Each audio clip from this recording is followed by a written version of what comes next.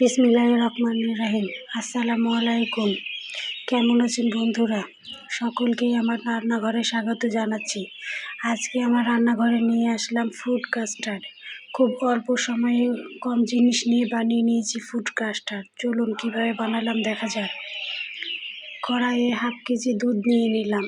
এখানে আমি দুধ জাল দিয়ে হাফ কেজি করে নিয়েছি। হাফ কেজি দুধের মধ্যে আমি এখানে 2 ডাব্বু চিনি দিব। এটা ওই যে ডাউল ওঠানো যে ডাব্বুগুলা, ওই ডাব্বু চিনি দিয়ে দিলাম। এখন একটু চিনি দিয়ে নেড়ে দিব। এই যে একটু নাড়াচাড়া করে দিলাম। 3টা এলাচ দিয়ে দিয়েছি। এলাচ দিলে একটা সুন্দর ঘ্রাণ আসে সেজন্য।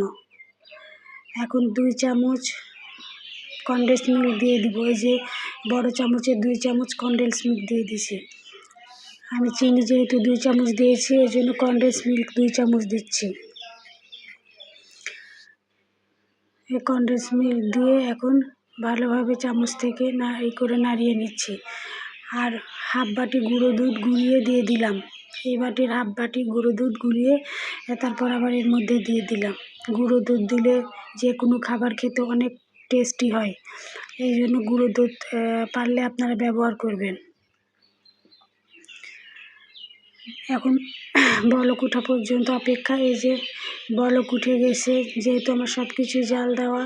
এবার এখানে 2 চামচ কাস্টার্ড পাউডার গুলিয়ে নিয়েছি। এখন ছেঁচকে দিয়ে আস্তে আস্তে নাড়া দিব আর কাস্টার্ড পাউডার দিব। এটা নাড়াতে দিতে হবে, নাহলে দলা পেকে যেতে পারে।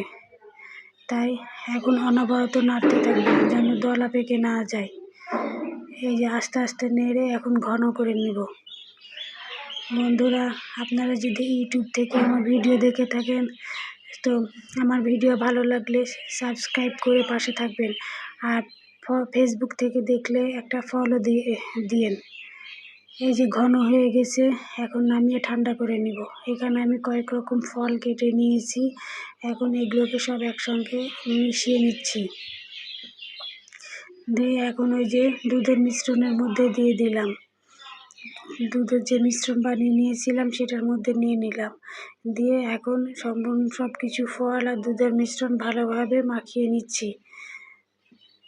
এই যে সুন্দরভাবে আমার সব কিছু মাখানো হয়ে গেল।